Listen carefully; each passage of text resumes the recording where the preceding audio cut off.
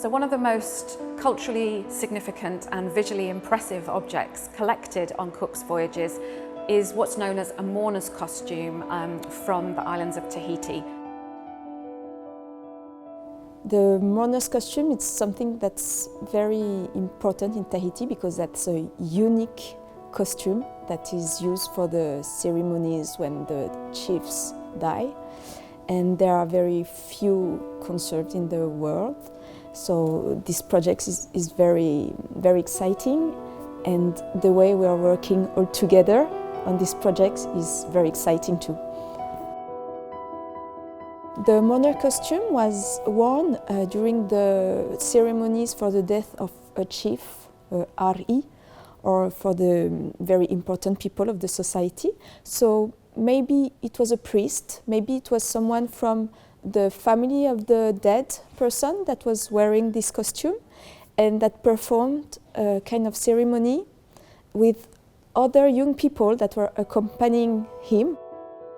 So Joseph Banks, the botanist on Cook's first voyage, wrote in his journal how he and several members of the crew witnessed this incredible ceremony that was taking place to mark the death of a Tahitian chief.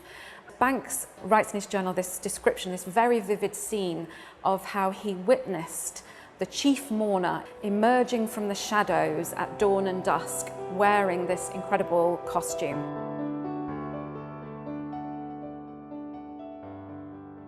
Banks witnesses this ceremony, and Cook and he are really keen to try and acquire one of these Tahitian mourners' costumes. But the Tahitians are not willing to part with it. For them, it's made up of this kind of layers and layers of valuable materials, and it would have taken so much time and effort to create these fine layers of bark cloth, the feathered cloak, the feathered headdress, the pearl shell chest piece, which is made of thousands of tiny pieces of cut pearl shell. The endeavour that has gone into making this costume, there's nothing that Cook's crew have with them that is worth them trading this object for. But when Cook returned on his second voyage, he had realised that there was something that Tahitians were interested in trading, and that was red feathers. In Tahiti and across Polynesia, the colour red is very important. So Cook, being a cunning and intelligent chap, when he went back on the second voyage, he had collected red feathers in another one of the Pacific islands, and he took them to Tahiti, and one of the things he was then able to do was to trade those red feathers, and Tahitians agreed at that point to part with a number of Tahitian mourners' costumes, and one of those costumes is the one that subsequently came to the British Museum. We were lucky enough to be able to dedicate about 6 months of time to the conservation work on the costume. And what's been exciting from my perspective as a curator is that the opportunity that 6-month period has provided to bring a whole range of people into the museum, basically to stand around and talk about this amazing artefact. So it's the collaborative nature of the conservation work that for me has been the most exciting part. As you can see, we have quite a lot of pieces that make up the costume, and we've got them laid out now because what we're doing is having a look at them and checking if they're stable enough for display, and thinking about what kind of conservation work and what kind of mounting they might need to enable us to have them on display. Conservation-wise, lots of different materials, lots of things to think about when we're thinking about mounting. All these things together make it quite a heavy object, and we want that to hang and look really, really special when it's on display. Some of these smaller pearl shell elements are coming loose, so we're going to look at stabilising them. We also have the feathers to think of as well. So like with lots of other pieces of the costume, some of the feathers have been damaged in the past by overhandling, by pests, and we need to make sure that they're stable so that we don't lose any of these fantastic feathers as part of the display.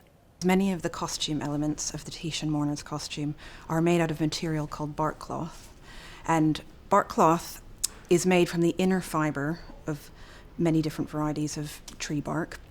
And when it's beaten together, the fibres start to mesh into a fabric that can essentially be thought of as a non-woven textile. Here we have 2 bark cloth taputas.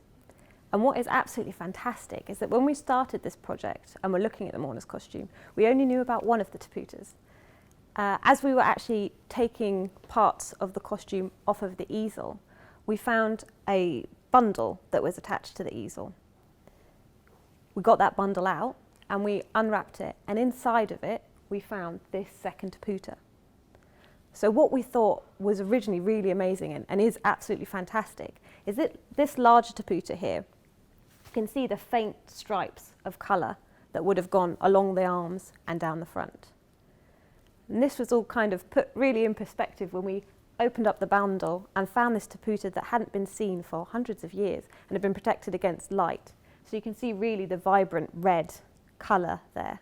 So especially with this second taputa, because it has been folded up in this bundle, you can see that there are a lot of creases there. And from a conservation point of view, creases are places where materials become weak. So we want to try and remove those creases as much as possible. For us, it's very interesting to know about the exact materials, the dyes, the vegetal elements that were used to make this costume. One of the most important materials that is part of the costume are birds' feathers. We invited colleagues from the Natural History Museum to come and examine the feathers because we wanted to try and make sure that we knew exactly what species were being used. Today I'm here because the British Museum asked me to look at lots of feather material that is used in artifacts coming from Tahiti. The species we found in here, some are rather interesting, others are very well expected. But overall, when you look at the feathers, the feather cloaks, the headdresses, many black feathers, but from different species.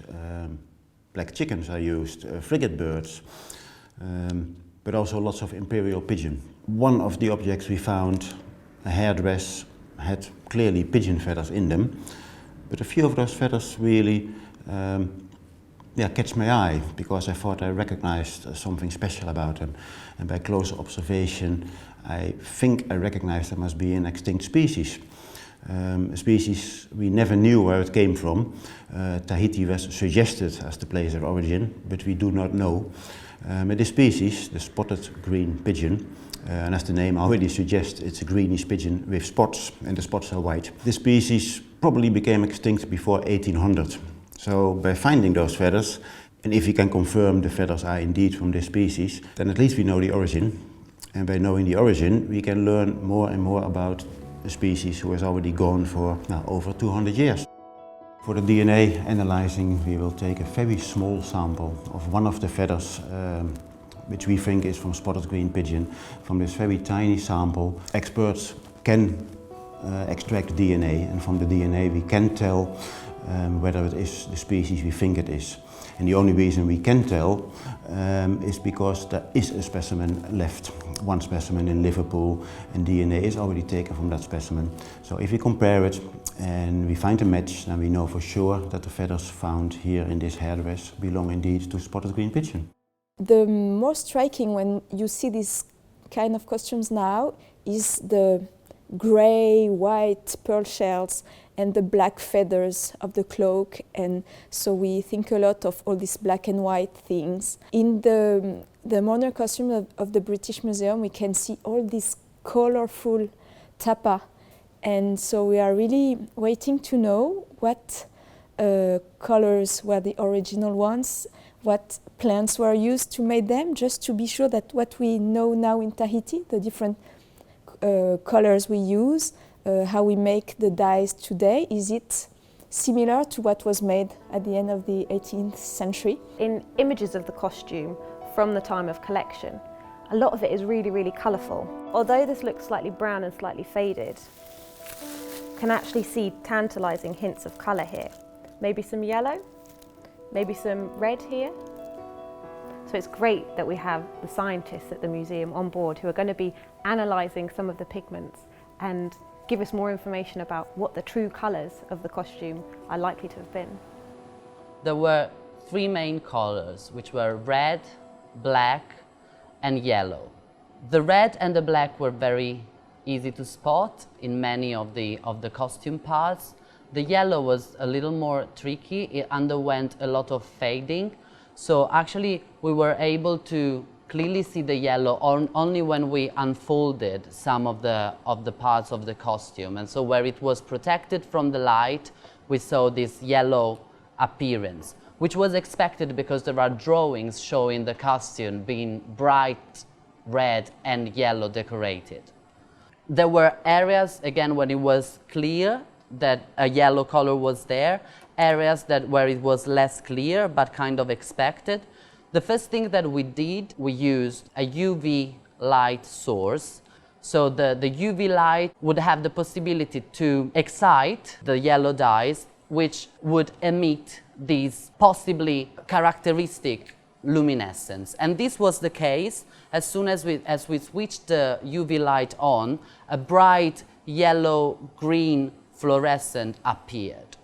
And so the fact that this yellow underwent a lot of fading and the fact that it showed this typical yellow-green luminescence pointed towards one candidate being highly likely, and this is turmeric, another quite common source of yellow in this part of the world. And we took a sample at that point, and this is what the sample looked like under the microscope. Another indication of turmeric could be obtained because these yellow particles on the fibers are very consistent with what turmeric looks like under the microscope. It's a direct dye, which means that it sticks directly on the fibers without the need of a mordant. And this is what it usually looks like. But ultimately, it was the presence of the turmeric was confirmed by liquid chromatography mass spectrometry. Today there are kind of complete costumes in London, in Oxford, in Göttingen in Germany, in Hawaii and in Exeter. But there aren't that many that are as complete as the amazing dramatic costume that we have here at the British Museum. And it's got so many different elements to it that add to this bulk, this height, this splendour, that the redisplay of it here in the exhibition, I think, will really be an impressive spectacle for visitors.